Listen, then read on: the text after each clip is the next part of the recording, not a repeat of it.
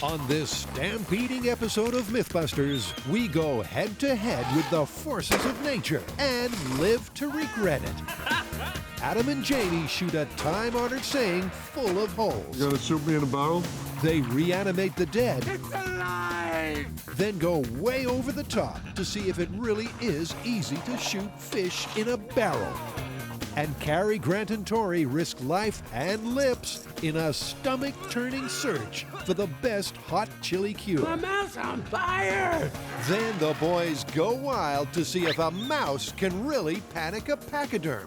You expose the mouse and all hell breaks loose. Who are the MythBusters? Adam Savage. That was awesome! And Jamie Heineman. Mush. Between them, more than 30 years of special effects experience. Rise, my son. Joining them, Grant Imahara. Warning, warning. Tori Belleci. It's getting dangerous now, and that's how we like it. And Cary Byron. That is messed up! They don't just tell the myths, Wow, I can feel the pressure. they put them to the test.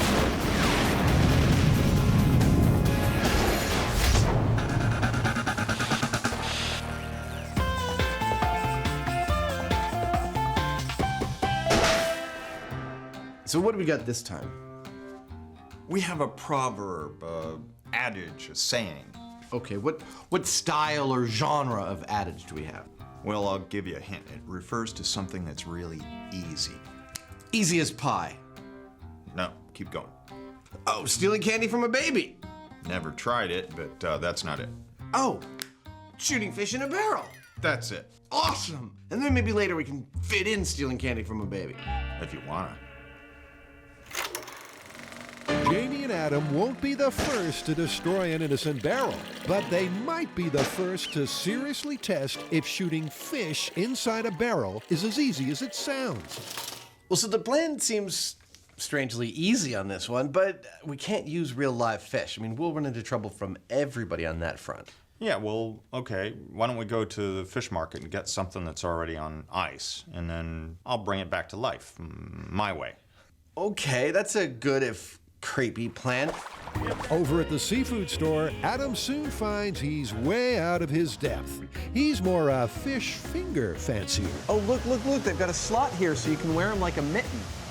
That's great, you can keep your hands warm. First, Adam and Jamie have to agree on a species they think typifies your average fish. He's beautiful, look at that.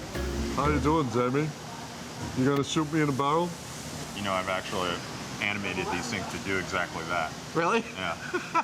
It was a trout, though. It was a trout. A big one. The trout's out for this myth. But it should be just as easy to stuff a tiny motor inside a dead snapper so it shimmies just like a live one. Well, that's the plan anyway. We got some small fish, we got some medium-sized fish, and we got some nice large fish. This ought to allow us to get a really good view about how easy it is to shoot fish in a barrel. Time to accost another bemused merchant for essential hardware. Mike Zitzalf is a winemaker who really knows his barrels. You've got old world cooperages, the companies that make these barrels, they've been used for hundreds of years. So this will be perfect for your job, yeah. Do you ever store any fish in any of these barrels? We try not to. It's really detrimental to the wine. So to answer, no, we don't. But they can't roll home without just a sip of the good stuff. I'm sensing mackerel, little cod, maybe some, dead catfish. And Mike's sensing that Adam shouldn't give up his day job, whatever that is. Bye! Back at M5, Jamie fine-tunes a tiny electric motor that should reanimate his catch of the day. I've got an off-center crank, like there. I've got a piece of piano wire going through it, and then a piece of brass tubing that's silver soldered onto an eye. This evil genius has just made a Frankenfish. It's no stretch for Jamie to replace entrails with electronics. I'm just gonna kind of gut it and put motors where its guts were, and we'll see whether it works. There's a good chance that the batteries aren't strong enough to make this fish flap underwater, but Adam shows he's a barrel half full kind of guy. Oh, look, he looks great. It looks like he swam right away. And he needs more flotation. Look, he looks terrific, though. Yeah, the machine's actually working. A fish's flotation bladder stops working when it's dead, so Jamie adds an extra tube of buoyant plastic. We are almost ready to go. We've got our blast chamber set up around a full barrel of water, and in a very little while, I'm gonna lower Jamie's frankenfish into that water. He's gonna climb a ladder with a 9mm pistol and take a shot at that fish. For the first time ever, we're shooting fish in a barrel on TV. Jamie Heineman, our own specialist sharpshooter, unholsters his trusty 9mm. He aims true and pulls the trigger. He's blown the bunk, but more improbably, he's missed the target. This ex-fish hasn't suffered a post-mortem scratch. You see any bullet holes? I don't see any at all. No. And it was still flipping. It was still flapping, so yeah, you obviously didn't hit it in the torso. Obviously, and let's pause to consider that a fish is pretty much all torso. Well, Frankenfish here works like a charm. He's still going strong, but I missed him. This could be because it was murky water, there wasn't much light, there's a lot of fish debris in it. The fact remains that at point-blank range, this fish dodged a bullet. It's meant to be the easiest thing in the world, but Jamie floundered. Still, Adam's prepared to do whatever it takes to make life easier for the maestro. A coat of white paint and 2 windows in a new barrel should clear things up for Jamie and the camera. Well, we need to know what's going on inside of this, and so to aid us both with camera and our eyes, I've cut a couple of windows. This is the bottom. My head is sticking out of the bottom of the barrel, and we're also going to be able to look through the sides here. It all seems so simple, but shooting fish in a barrel is no slam dunk. Also, if you remember that even the 9mm that Jamie fired in here was enough to make the bunghole release and start to spew water. I think we all remember what happened last time we fired a gun into a water tank in Jamie's shop. The memories come flooding back. Yank all those cords out, just yank them out. All they proved here was that it's best to do this kind of test at someone else's place. So rather than spill a bunch more water in here, I think we take this experimental platform out on the road and go somewhere we can spill water. And hopefully hit the target.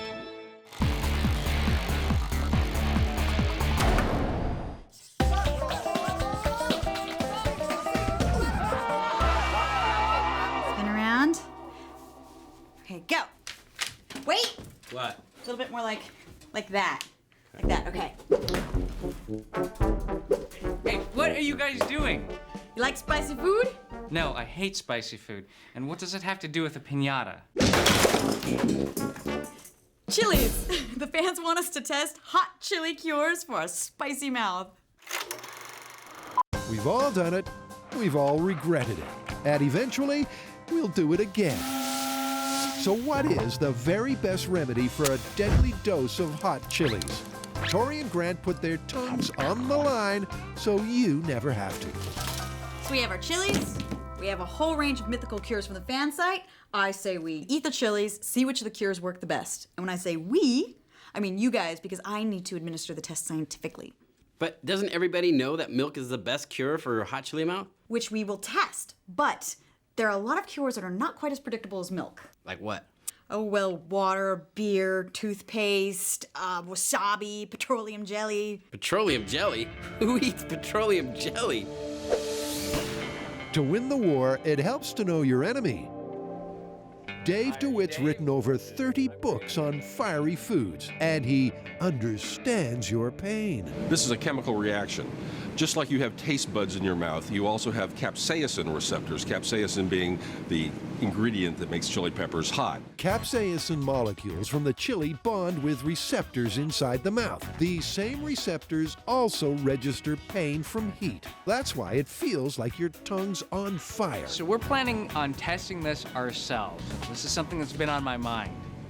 Can you die from eating a chili that's too hot?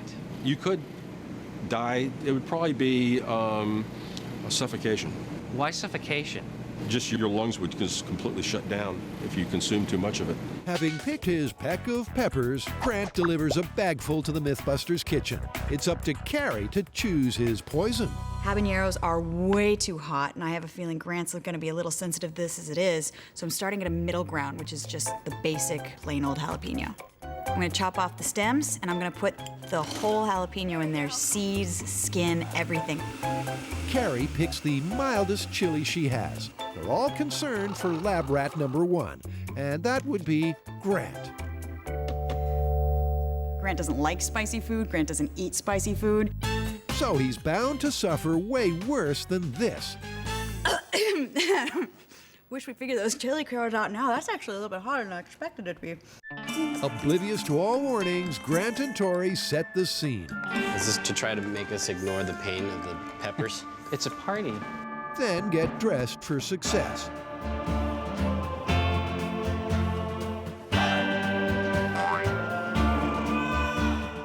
Sombreros, boots, and bandoliers. A desperately cliched battle looms between the tragically uncool, the undeniably hot, and these two idiots.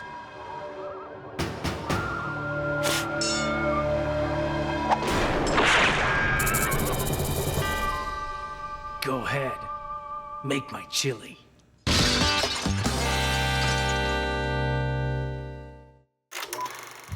If there's anything more useful, more fun, or downright fascinating than a barrel, well, I haven't seen it. Adam and Jamie are hell-bent on testing a myth that's never been challenged. Apparently, there's nothing easier than shooting fish in a barrel. So we went so far as to call the writer of the American Heritage Dictionary of Idioms, and we could still not come up with an answer about the origin of the phrase shooting fish in a barrel.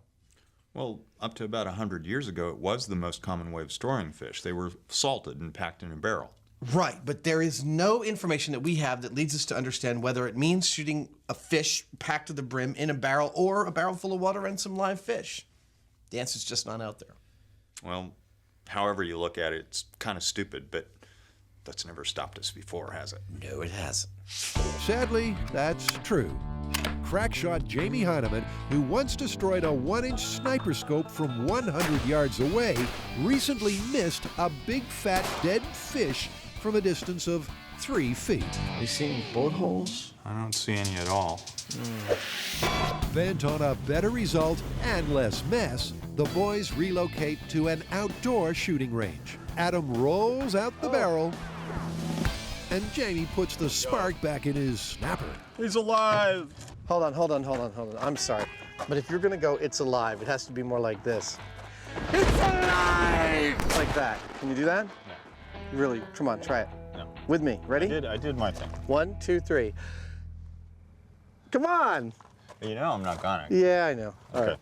Adam's got the attitude, but Jamie's got a gun. Frankenfish is duly dangled in the renovated barrel. But will a new window and fresh white paint give Jamie the edge on a dead fish? Jamie, that is so messed up.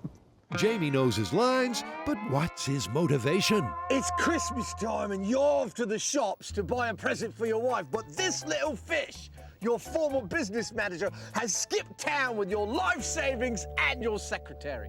Go for it. This is 9mm into Frankenfish in 3, 2, 1. I think he's still squirming. This time, Jamie scored a hit right below the eye, and that's got Adam all fired up. Well, Jamie was successful in hitting Frankenfish with a bullet, but not where he was aiming. And this guy was still squirming around when we pulled him out of the water, so I think it's only right that I get a chance to see if I can put him out of his mechanical misery. Yes, I can. So Adam mounts the ladder of death. He takes aim and hits the fish. I killed it! Whether it's the sunshine or the bright new barrel, this is starting to look a lot easier than it did back in the shop. We had a couple of goes. We hit the fish both times, so if the fish is big enough, it is pretty easy. But what if the fish are much, much smaller? The myth doesn't specify the mass, so Adam prepares some bait-sized plastic lures. It's the dead fish Christmas tree. And it's fair to assume some latitude with the weapon of choice. I think it's time to shoot a bunch of small fish with a bigger gun. We got 9 pellets of double-odd buck, and if I'm really good, I'll get 9 fish. 6 of Adam's custom Christmas fish racks are hung from the rim of the barrel. It's up to Jamie to assassinate the bait. 3, 2, 1. I didn't get wet at all. How are you doing? That's great, Adam. Much better you stay dry than all this expensive equipment. So, damage assessment proceeds the old-fashioned way. The truth of the phrase now hangs in the balance.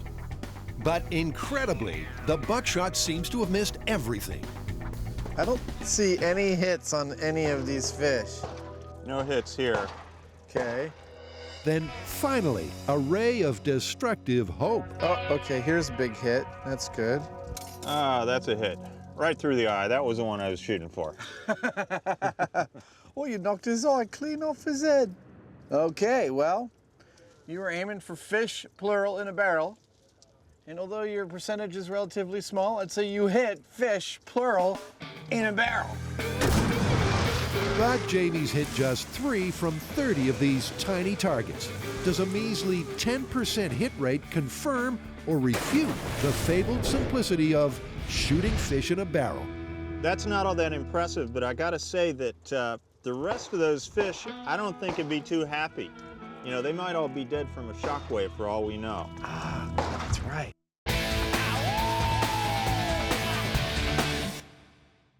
Back at the cantina, Tori and Grant prepare to suck it up in the name of science. Once again, I find another way to humiliate myself on MythBusters. Carrie's blended a not-so-secret sauce of pure jalapenos. Potential hot chili cures suggested by fans range from beer to toothpaste to petroleum jelly. Petroleum jelly in your mouth? Are you kidding me? I'm not doing that.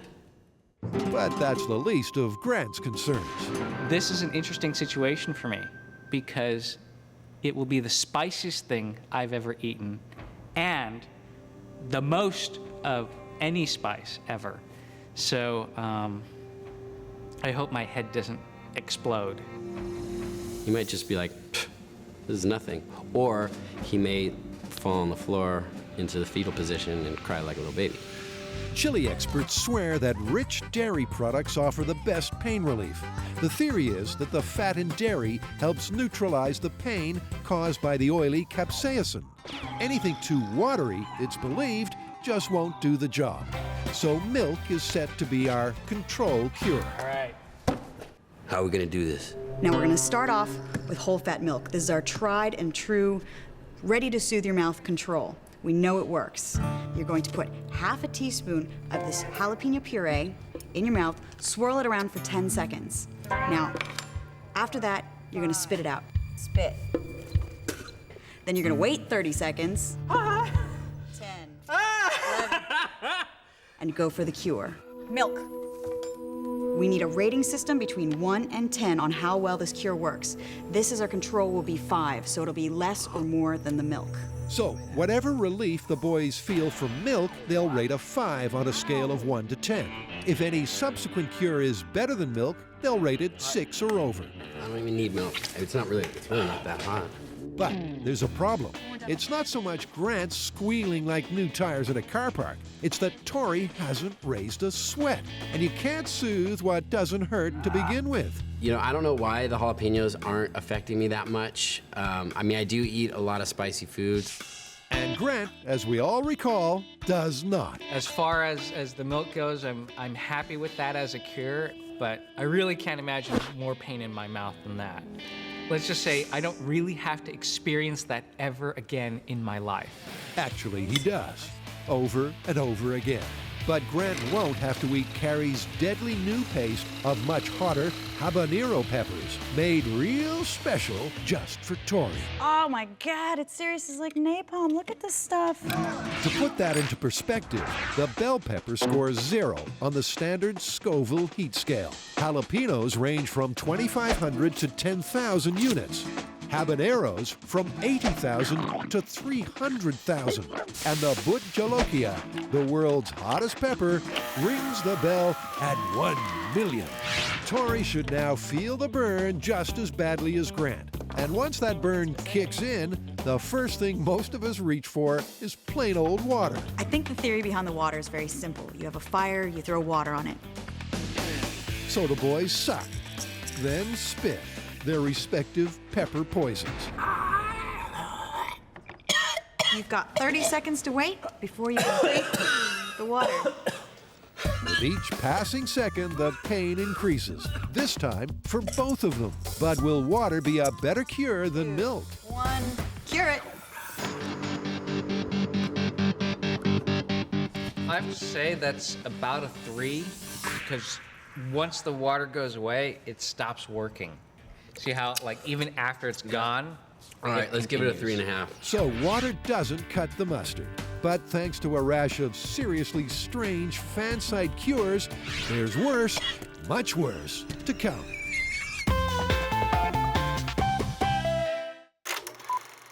Aside from apple pies and baseball, there's nothing more wholesome, more American than going fishing. So far, Adam and Jamie have done their best to show how easy it is to shoot the suckers in barrels, with some success. I killed it!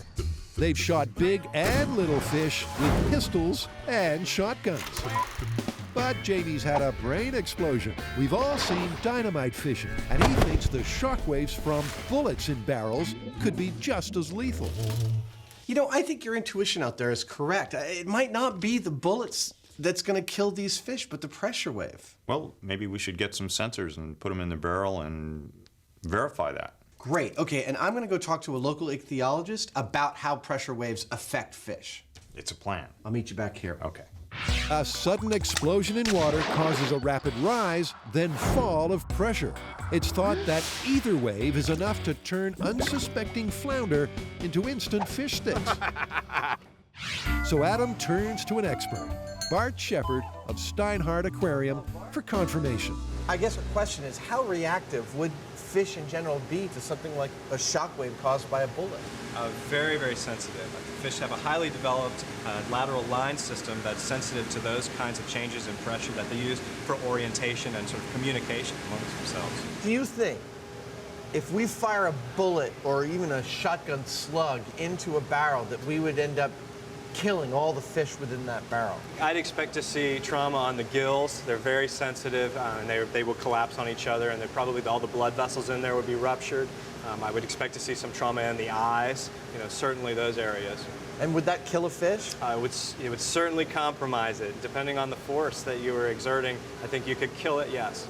So Bart confirms the theory that you don't have to hit the fish to kill them, and that could make things a darn sight easier. Adam and Jamie crunch the numbers from tests on humans working long periods underwater and under pressure. And what we've concluded is that any fish will receive mortal injuries if it receives more than 215 decibels underwater.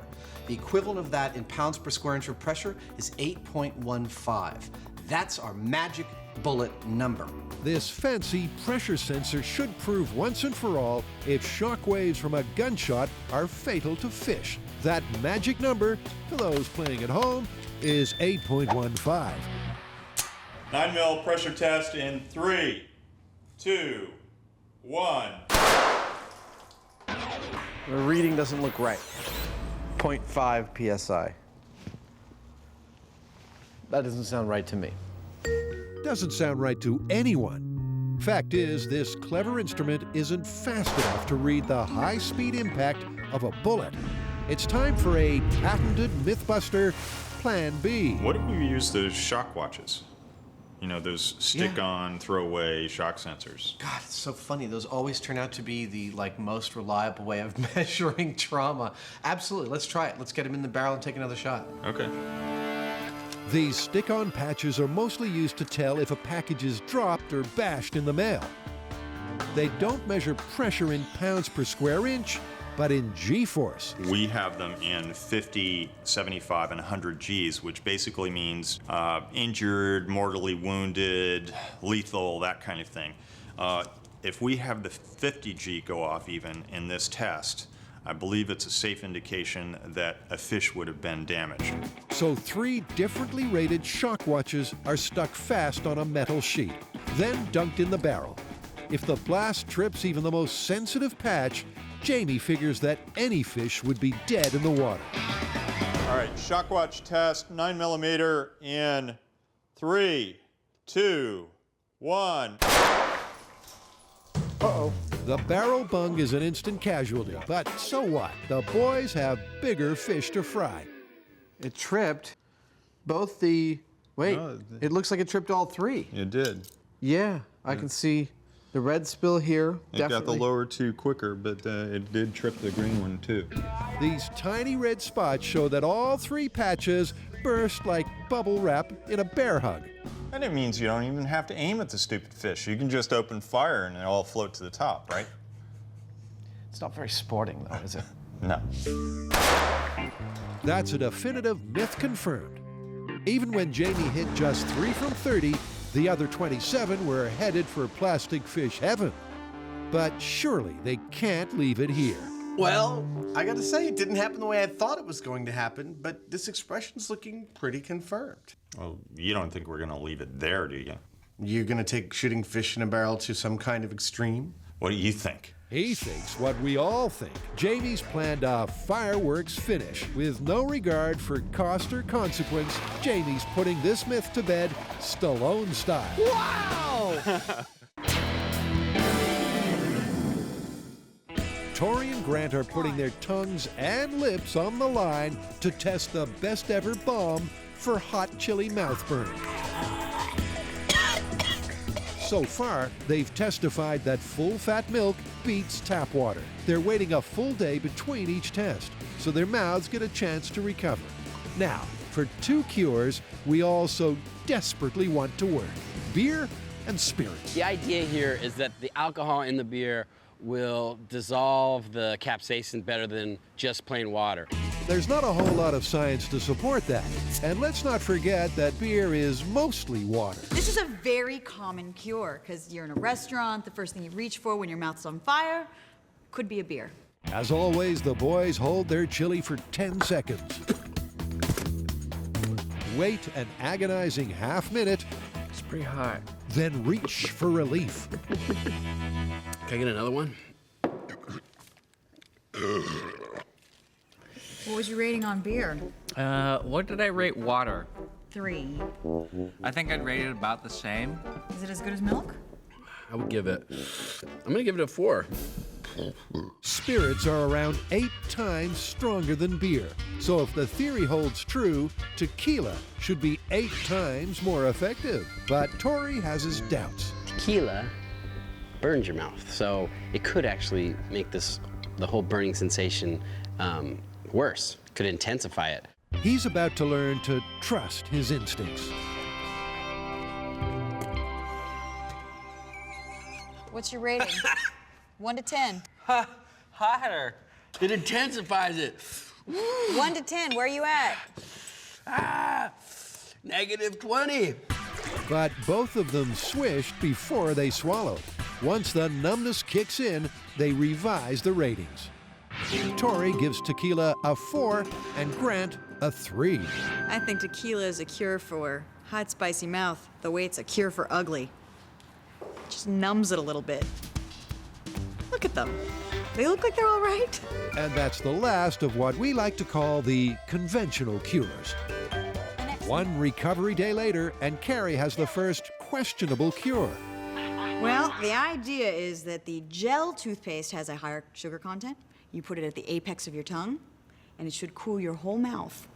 Tori and Grant pray that toothpaste won't be torture. But it's not looking likely. My mouth's on fire! That's like when you have a cut and you pour Tabasco sauce on it. You do that? No, I'm just saying, like, have you ever done that? No? No. Okay, maybe it's just me. Yeah, that did the exact opposite of relieving the pain. This did not work at all. Toothpaste?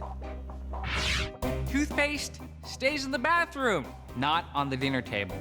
Something else you rarely reach for at dinner is petroleum jelly. Nobody's explained exactly why this is supposed to help, but it'll be a miracle if it does. My prediction is that we are going to get dry heaves. I think somebody is going to get close to vomiting. Now there's a pep talk for you. Carrie saved two of the most disgusting, most insane remedies till the very end.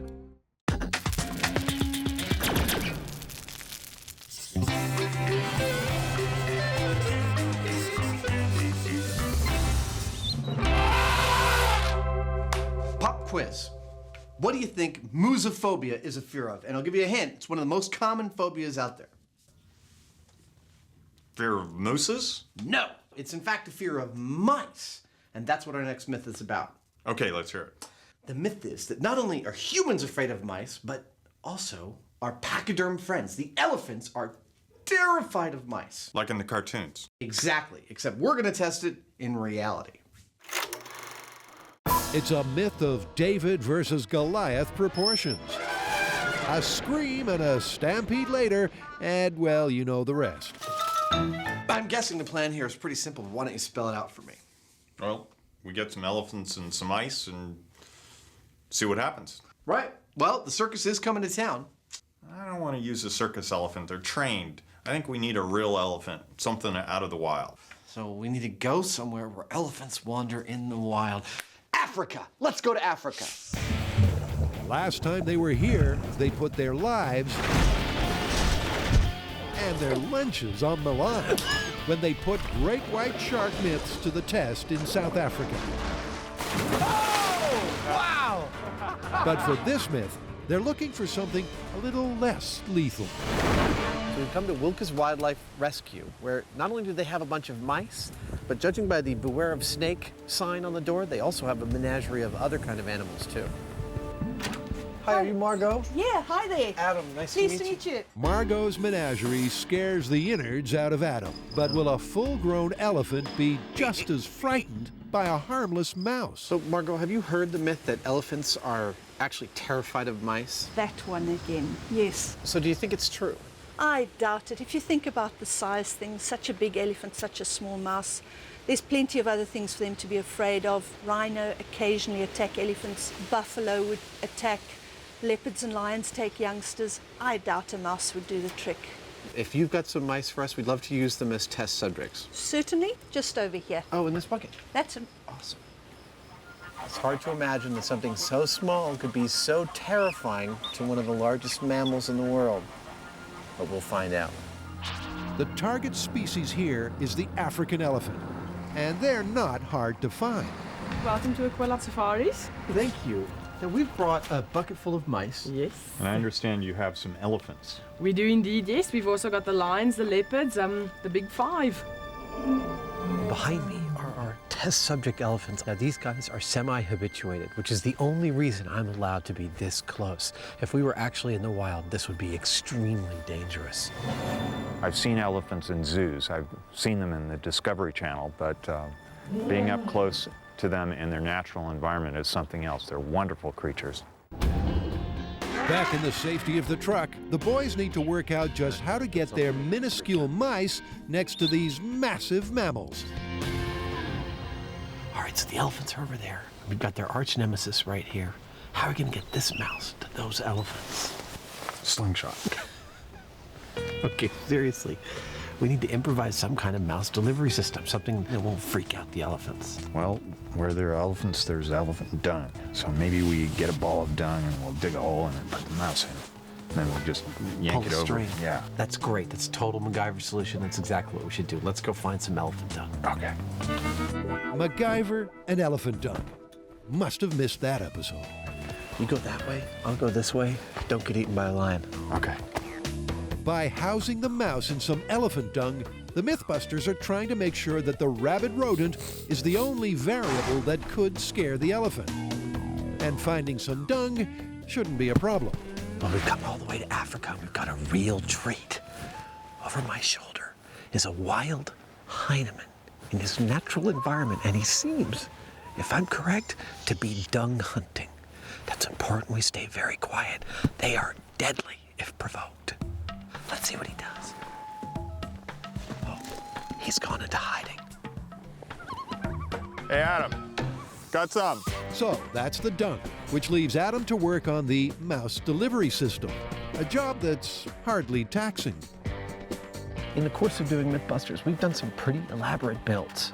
We escaped from Alcatraz in a boat made out of raincoats. We replicated a Confederate rocket with plumbing parts. And we used 309 hand mirrors to replicate Archimedes' death ray. This is not one of those builds. Allow me to demonstrate. You take your piece of elephant dung, and you take your mouse. This is a stand-in mouse. The real one will be later. Put him in the hole, cover him with the cardboard. Lay it out, you think elephants are gonna come on by. And wait in the distance with your monofilament. When the elephant gets near, boop, you expose the mouse and all hell breaks loose. That's the theory with the poo puppet. But before it's unleashed, the boys get all colonial as they delve deeper into this rodent ramble. You know, Adam, this seems like it first started in the early days of TV cartoons, because that's what I think about when I think about this myth. Well, you might think that, but in fact, you'd be wrong. The attribution we have for this myth dates to 77 AD, when Pliny the Elder wrote, and I quote, "The elephant hates the mouse above all other creatures, and if he even sees one touch the fodder in his stall, he will reject it with disgust." You know, elephants were really popular in Roman circuses, and Pliny the Elder had a lot of opportunity to study them. Well, it sounds like we should put Pliny to the test. Pliny the Elder. With Pliny the Elder's reputation on the line, it's all systems go.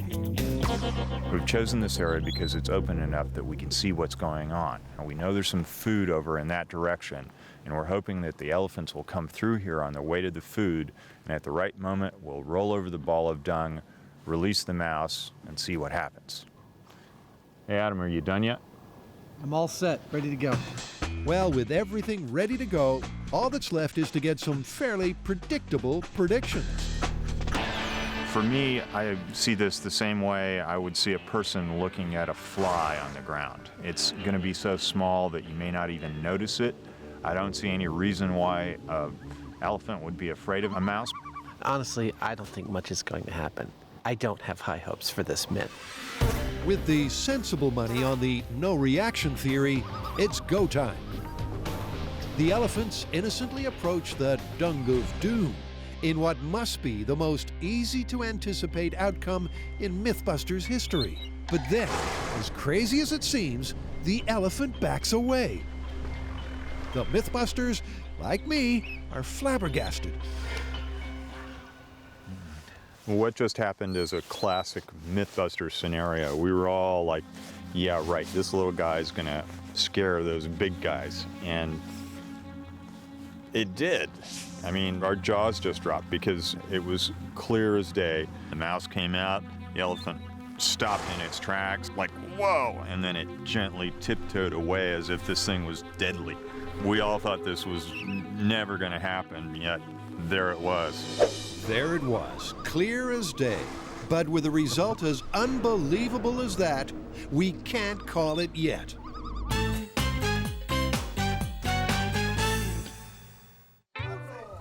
So far, Tori and Grant have suffered and sweated through a bunch of so-called cures for hot, chilly mouth. Yeah, that did the exact opposite of relieving the pain. None of them worked as well as milk. And the final two risky remedies sound more like torture than relief. The first is petroleum jelly. Wait a minute, there's a hair in mine. The jelly is oil-based, so it should work. But the boys can't get past that extra texture. That doesn't work at all. It's just nasty. Tori rates it a 2, and Grant gives it a 1.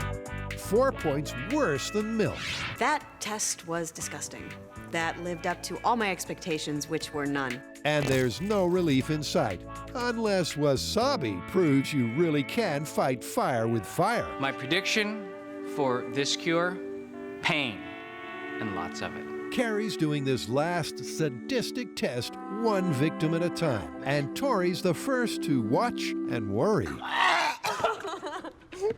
How does your mouth feel? I forgot about the chili. How do you rate wasabi? It's gotta be, it's like -10, -100.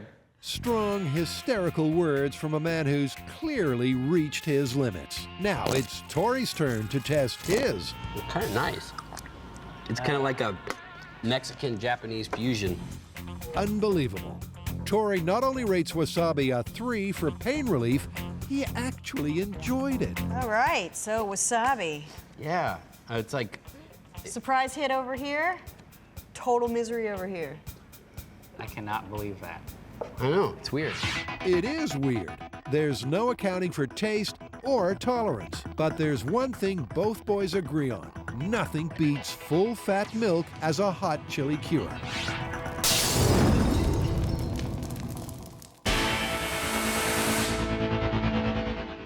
In the bumpy road that is MythBusters, the team has had some pretty unexpected results. An exploding tire can kill.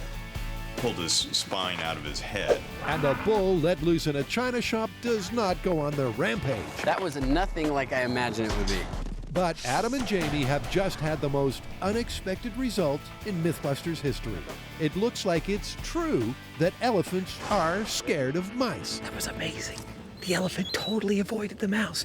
He looked down, saw it, backed up, made a wide berth around this little guy.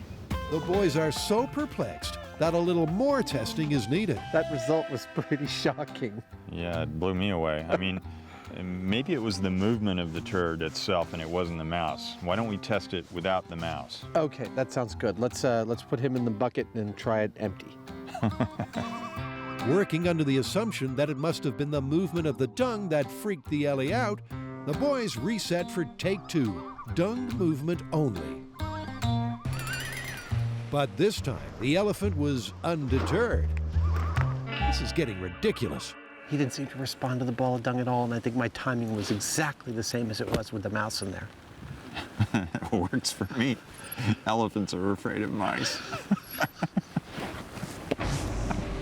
Not only was I totally wrong in the first test about the elephant not reacting at all to the mouse, but after it happened, I was sure that it was the dung moving. I was absolutely positive that it was the dung moving. So we do another test, the dung moves, the elephant doesn't even notice. It has to have been the mouse. Working on the basis that science is repeatable, the boys are going to retry test 1 to see if they still get this incredible result. All right, let's see what happens. Okay. For the final time, the elephants approach. And lo and behold, in this David and Goliath battle, David wins again. He definitely seemed to take notice of the mouse, like it was a significantly different thing than just the dung. I wasn't dreading this result. I'm always pleased to be completely wrong. I'm more astonished that I'm finishing the day calling something plausible that I knew wasn't plausible when I got up this morning. When I first heard this myth, I'd say I put it in the same category as something like, when pigs fly.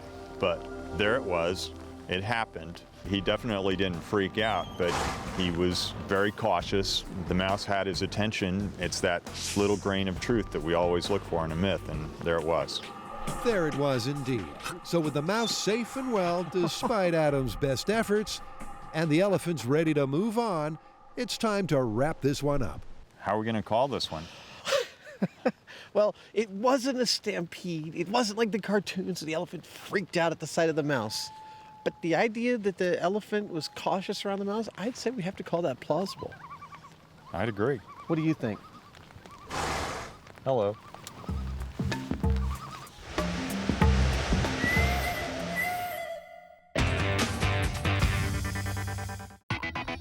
So far, Adam and Jamie have shown just how easy it is to shoot fish in a barrel. Wow! It turns out they could have proved this myth blindfolded. The shockwave alone is enough to turn any fish belly up. And it means you don't even have to aim at the stupid fish. You can just open fire and it'll all float to the top, right? Still, it's better to end with a bang than a shudder. So Jamie decides to push this myth to the max. It's a finish so special, so secretive, that even Adam's been kept in the dark. Are we there? Where are we? We're right here. What's that? Why don't you stay right here? I'll be out in a second. Jamie's called in a very big favor. One mad hour with a kick-ass M134 minigun.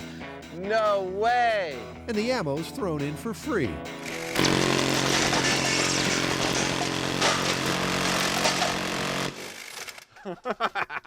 Thank God for that. Wow! This state-of-the-art assault gun shoots up to 3,000 rounds a minute. That's 50 bullets every second. I'm no, crime scene investigator, but I strongly suspect that someone's been firing a gun in the vicinity of this car. Oh my gosh. And look at the backside. We did almost cut it in half. Look at that.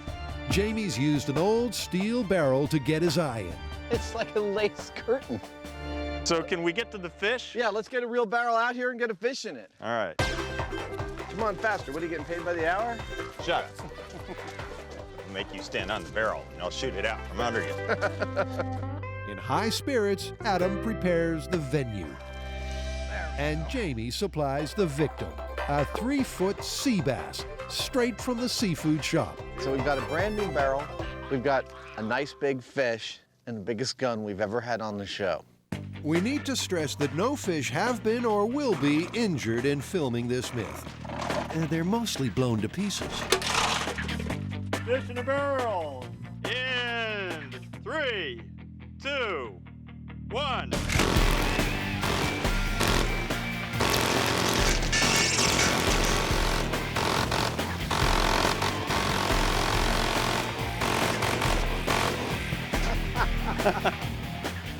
What do you think?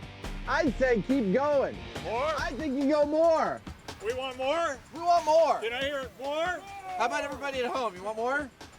Yeah, everyone at home wants more. All right, then. More it is. Firing.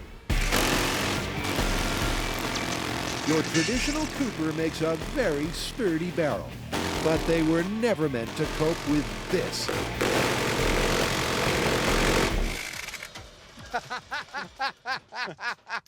Safety's on. Double safety. Nice work. Let's go inspect and see if that fish has been hit. It's high time our forensic investigators confirm the cause of death. Oh man, that is nasty. The head's left. That's nasty stuff. Would you say that was pretty easy? Yeah, that was almost as easy as shooting fish in a barrel. I think our work here is done. Remember that this myth is delightfully vague. All they needed was some kind of fish and some kind of barrel, and they've blown it to bits. Myth confirmed. Yeah, I think that given the right gun and the right barrel, shooting fish in a barrel is super easy. Let's go home.